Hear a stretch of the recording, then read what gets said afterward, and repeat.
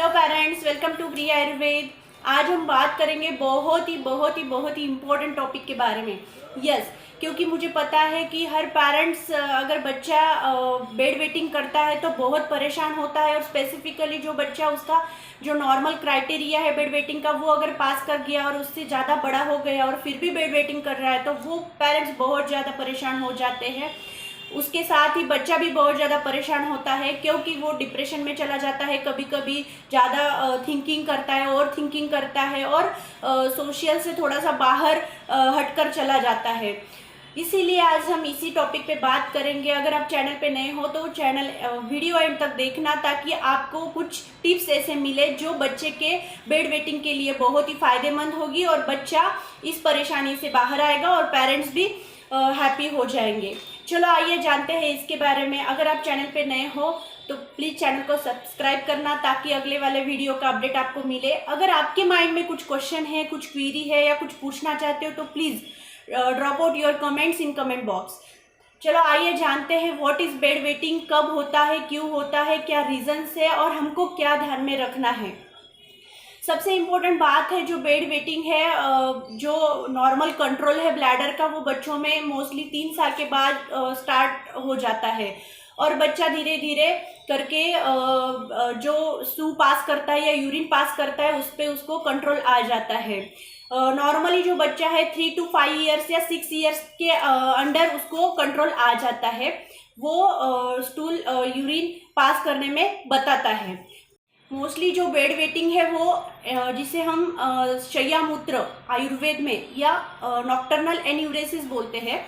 तो ये जो एन्यूरेसिस है ये 2 टाइप के होते हैं। एक तो नाइट में बच्चा यूरिन पास करता है बेड पे, और दूसरा जो है कि वो दिन में भी कभी कभी पास कर लेता है। ऐसे इसके 2 टाइप्स होते हैं। मोस्टली जो बच्चा है वो अंडर 3 to 5 ईयर्स का जो होता है वो जो दिन में यूरिन पास करता है वो उसके कंट्रोल में आ जाता है, और 5 ईयर्स के आसपास उसको नाइट का भी कंट्रोल आ जाता है। पर अगर ये एक्सटेंड होता है तो एग्जैक्टली क्यों होता है, क्या है रीज़न एक्सटेंड होने का। समटाइम्स मोस्टली जो रीज़न है वो है फैमिली हिस्ट्री। अगर बच्चे की फैमिली हिस्ट्री में भी उसके पापा है या उसके नाना है या जो भी है, वो फैमिली में अगर उनको भी जो कंट्रोल है बहुत लेट आ चुका है तो बच्चे को भी कंट्रोल लेट आएगा। तो ये फैमिली के ऊपर, फैमिली हिस्ट्री के ऊपर भी डिपेंड होता है। कभी कभी 7 ईयर्स तक भी ये नॉर्मल होता है या बच्चा कंट्रोल कर लेता है। उसके बाद जो है कि अगर यूटीआई मतलब यूरिनरी ट्रैक्ट इन्फेक्शन, अगर बच्चे को कुछ इन्फेक्शन है उस जगह पे जहाँ से यूरिन पास करते हैं तो उसके कारण भी बच्चा बेड वेटिंग करता है। थर्ड जो है स्ट्रेस, स्ट्रेसफुल, अगर बच्चा बहुत डरता है, स्ट्रेसफुल है या टेंशन लेता है या जो भी हॉरर मूवी, अभी तो बच्चे मोबाइल लेते हैं तो हॉरर मूवी देखता है, तो इसके कारण भी स्ट्रेस आ जाता है और इससे भी बेड वेटिंग होने के चांसेस होते हैं। तो वो भी रीज़न हमको रूल आउट करना होता है। फोर्थ जो रीज़न है कि बच्चे का खान पान, अगर बच्चे का खान पान अच्छा नहीं है या बच्चा बहुत आउटसाइड फूड खा रहा है उसके कारण इन्फेक्शन हो गया है यूटीआई, तो वो भी एक रीज़न है। जो रीज़न है कि अगर हार्मोनल चेंजेस है, हार्मोनल इम्बैलेंस है, उसकी वजह से भी बेड वेटिंग होता है। और सिक्स्थ जो रीज़न है वो है एनाटॉमिकल डिफेक्ट। अगर उस जगह पे ही कुछ चेंजेस है या एनाटॉमिकल डिफेक्ट है तो उसके कारण भी बेड वेटिंग होने के चांसेस होते हैं। ये सब रीज़न है वो हमको रूल आउट करना है कि एग्जैक्टली कौन सा रीज़न है जिसके कारण बच्चे को बेड वेटिंग हो रहा है। अगर जो रीज़न है हार्मोनल है या उसको एनाटॉमिकल डिफेक्ट है या यूटीआई यूरिनरी ट्रैक्ट इन्फेक्शन है तो हमको डायरेक्टली हमारे कंसल्ट के पास या पेडियाट्रिशियन के पास जाना होता है वो रीज़न रूल आउट करने के लिए। और अगर वो रीज़न नहीं है, बाकी कुछ और रीज़न है जो हमारे कंट्रोल में है, वो हमको ध्यान में देना है, जो हमको कंट्रोल करना है ताकि वो बेड वेटिंग प्रॉब्लम है वो सॉल्व हो जाए। ये सब इसका सबसे इम्पोर्टेंट पॉइंट जो है कि ये सब का असर बच्चे के माइंड के ऊपर होता है। सबसे इम्पोर्टेंट बात है, अगर बच्चा अगर बड़ा है, स्कूल में जाता है, तो बच्चे को अगर दिन में यूरिन पास करता है तो उसको पता नहीं चलता, कभी कभी बिना कंट्रोल का वो यूरिन पास कर लेता है और बच्चे चिढ़ाते हैं, उसका सीधा इफेक्ट उसके माइंड पे चला जाता है, कॉन्फिडेंस लेवल लो होती है, डिप्रेशन में जाता है, किसी से बात नहीं करता, सोशल नहीं रहता, ये सब चीज़ें दिखने को मिलती है और इसका सीधा असर फैमिली के ऊपर भी मिलता है, पेरेंट्स भी बहुत परेशान होते हैं। आइए जानते हैं इसके बारे में कुछ टिप्स जो आपको अपनाना है, फॉलो करना है, ताकि बच्चे का बेड वेटिंग प्रॉब्लम सॉल्व हो जाए। क्या करना होता है, सबसे इम्पोर्टेंट जो पॉइंट है, हमको उसका अलार्म सेट करना है। अलार्म सेट करना इन द सेंस, बच्चे को पहले हमको वॉच करना है कि एग्जैक्टली सोने के बाद कितने टाइम के बाद उसको यूरिन पास होता है, और उस टाइम के 10-15 मिनट पहले हमको अलार्म सेट करना है, ताकि वो क्लॉक एक सेट हो जाए और उसी टाइम पे उसको उठा के यूरिन पास करने के लिए बोलना है, ताकि वो जो टाइम है उसका सेट हो जाए और फिर उसको हैबिट बन जाए। कुछ भी हैबिट हमको बनानी है तो जैसे बोला है कि 21 मतलब 21st डे हमको उसको फॉलो करना होता है, फिर वो एक आदत बन जाती है। ऐसे ही उसको हमको अलार्म थेरेपी देनी है। सेकेंड जो पॉइंट है, उसको डाइट चेंजेस करने हैं। Diet changes in the sense, अगर फ्लूइड आप लास्ट नाइट तक, मतलब बहुत नाइट तक आप फ्लूइड इंटेक उसको देते हैं, तो वो हमको स्टॉप करना है।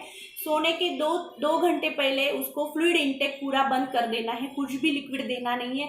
अगर प्यास लगती है तो सिर्फ एक घुटना पानी आप दे सकते हो, या वो भी अवॉइड करना है, और उसको जल्दी सोने के लिए बोलना है, ताकि उसको प्यास ना लगे और कुछ भी फ्लूइड इंटेक उसको हम ना दें। ये आपको फॉलो करना है, इसलिए क्योंकि फिर फ्लूइड इंटेक ज़्यादा दिया तो यूरिन पास होने के चांसेस बहुत ज़्यादा होते हैं, इसलिए हमको फ्लूइड इंटेक कम करना है। थर्ड जो पॉइंट है, हमको ध्यान में रखना है कि बच्चा अगर स्ट्रेसफुल है, या कुछ ओवर थिंकिंग कर रहा है, या उसको बहुत नींद नहीं आ रही, या बहुत वो मूवी देखता है हॉरर, या बहुत डर जाता है, ये जो रीज़न है वो हमको ऑब्जर्व करके पेरेंट्स को वो रूल आउट करना है, उसको मोटिवेट करना है, उसको जो स्ट्रेस है वो कम हो जाए, इसके लिए उसको मेडिटेशन जो है वो करने के लिए बोलना है, ताकि ये स्ट्रेस कम हो जाए और धीरे धीरे इसको कंट्रोल में वो कर पाए। इसके लिए कुछ रेमेडीज हमको उसको देनी है, ताकि जो बेड वेटिंग प्रॉब्लम है वो कंट्रोल में आ जाए और धीरे धीरे कम हो जाए।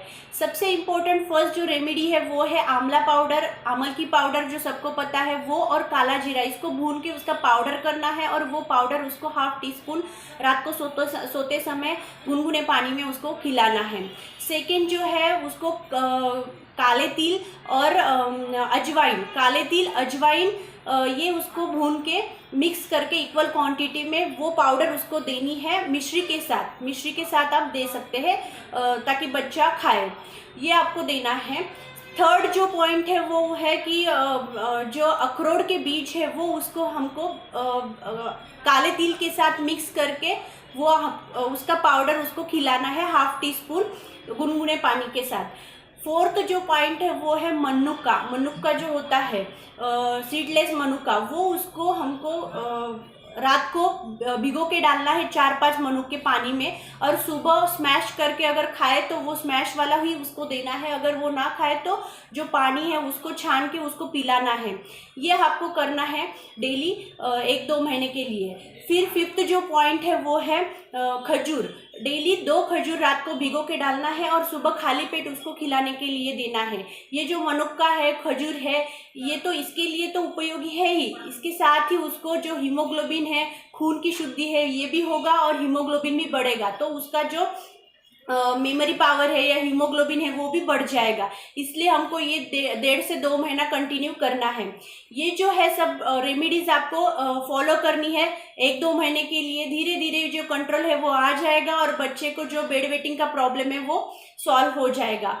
अगर इसके अलावा जो जैसे मैंने बताया कि हार्मोनल प्रॉब्लम है या एनाटॉमिकल डिफेक्ट है या कुछ भी यूटीआई है, यूरिनरी ट्रैक्ट इन्फेक्शन हो गया है, तो ये आपको रूल आउट करना पड़ेगा आपके डॉक्टर के पास जाके इन्वेस्टिगेशन करके, और फिर वो आपको ट्रीटमेंट देंगे। ठीक है, इतना आपको फॉलो करना है। अगर आपको मेरा वीडियो अच्छा लगे तो प्लीज़ चैनल को सब्सक्राइब करना ताकि अगले वाला वीडियो आपको मिल जाए, और वीडियो पसंद आए तो लाइक करना। Thank you so much.